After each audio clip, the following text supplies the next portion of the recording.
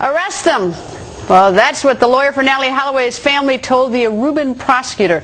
Aruban Vandersloot told us on the record that he sold Natalee Holloway on a beach in Aruba. He also named names, including his own father. Then Aruban emailed us that he made the whole story up. Did he make it up, or did he send that email because he panicked after he realized what he told us on camera? Now the Holloway family lawyer, John Q. Kelly, wants action in a letter to the Aruban chief prosecutor, Hans Moss. Kelly calls for the arrest of Aruban Vandersloot. Now Aruban's father, Paulus, and the Kelpo brothers are also included. John Q. Kelly joins us, and John Q. Kelly, I hope you're not mad because we got the letter out of your client, but anyway. No, that letter actually went out last Wednesday. So I know, it went out last Wednesday, yeah. And I got my hands on it a little bit a day or two ago or last week. But anyway, sure. It's your letter. What do you want from Hans Moss, and have you heard from him? Nothing but deafening silence out of Aruba. No, I haven't heard from you know, the point of the letter was, and if you remember last year, Greta, with great fanfare and press releases and, you know, just all kinds of, you know, dog and pony show, they arrested the Kelpo brothers in Huron for absolutely no reason, no new evidence, just picked them up and held them for a month. And now they have, you know, new evidence. You have a damning admission by Huron as to serious criminal conduct he engaged in, implicates others, and they haven't done anything with it. And you know what? Everything Huron has said is consistent with the facts as we know them right now. Well, you know what the unusual thing is, as I go through this, and this deviates a little bit, is that, I mean, here are your options. That he had nothing to do with it, that it was an intentional murder, which seems unlikely because there doesn't seem to be any elements of plans. There's no forensic evidence to show a murder, and I've you know, handled murder cases, and so have you. That it was an accidental thing, like a drug overdose or alcohol, but then why not just, you know, leave her if you're going to be a cad? You don't hide the body if you had nothing to do with it, or you sold her. You know, and selling her just going off the island, you know, vanishing is most consistent with what he said. And, you know, you don't intentionally murder someone with no, you know, forethought and be able to dispose of it when you're 17 years old and have probably an hour time frame there. And, you know, if he panicked or there was anything accidental, you know, you just, even if you don't admit at the time, you realize you're going to mess after the fact and you fess up. But, you know, Greta, people have to realize this is the first time he's directly implicated himself. The other times it's been an accident, someone else got rid of the body, you know. It wasn't anything he did. It was everybody else. Now he's saying it was me. It was the Kelpos. It was my father. And those are damning. And it's not up to Hans Moss and it's not up to the Aruban investigators to, you know, make a decision that they don't want to follow up on it. You know, judge his credibility and not look at the facts surrounding it and not follow through on it.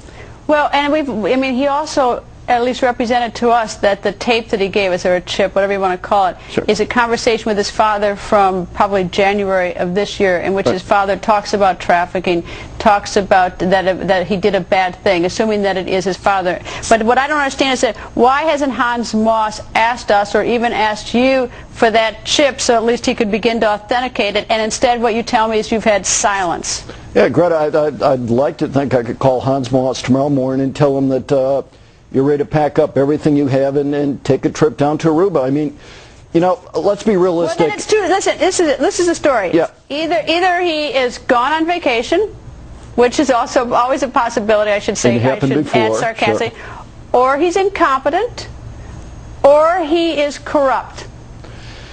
I think incompetent would almost be kind. You know, there are sinister things going on. They've just, you know, avoided too much, and they make every effort to disprove anything that's inculpatory in this whole matter here. And, you know, people talk about the timing of the tape, that it came out in November, but if you're released it the day after you had it, what would they have done differently than they're not doing now? It's total inaction.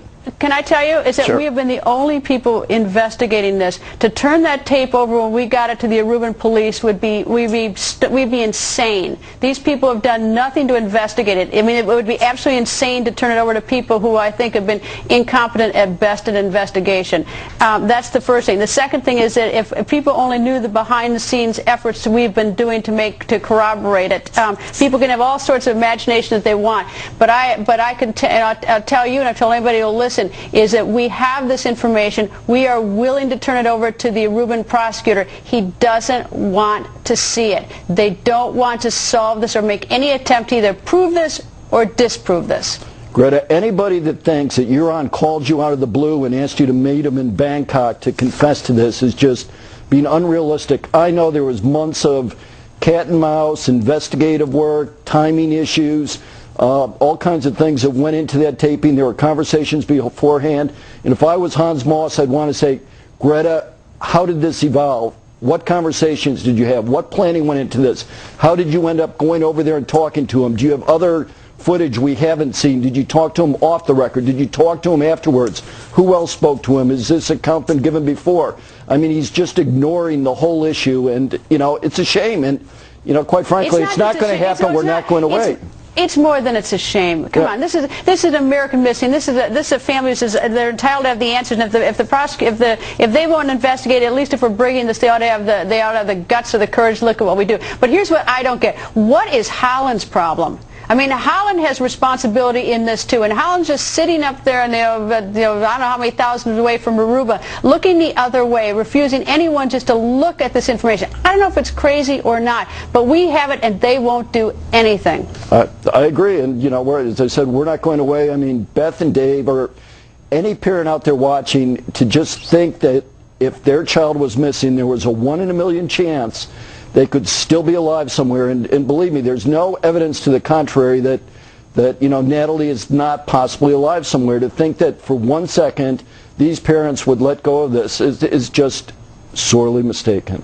Well, based on the Aruban law, it doesn't take a lot to arrest somebody. Any new evidence, and my offer remains. I'll be happy to meet Hans Moss halfway, show him everything we have. The offer remains. I don't know how you're going to get him to answer your phone calls. I wish Beth would start calling her U.S. senators. I hope she raises holy hell with the State Department for help, but just somebody just to look at it, if nothing more. I will be making a phone call tomorrow morning, so we'll take it from there. If you pick up the phone and call Hans, does he take your call? He usually gets back to me at some point. What's some point?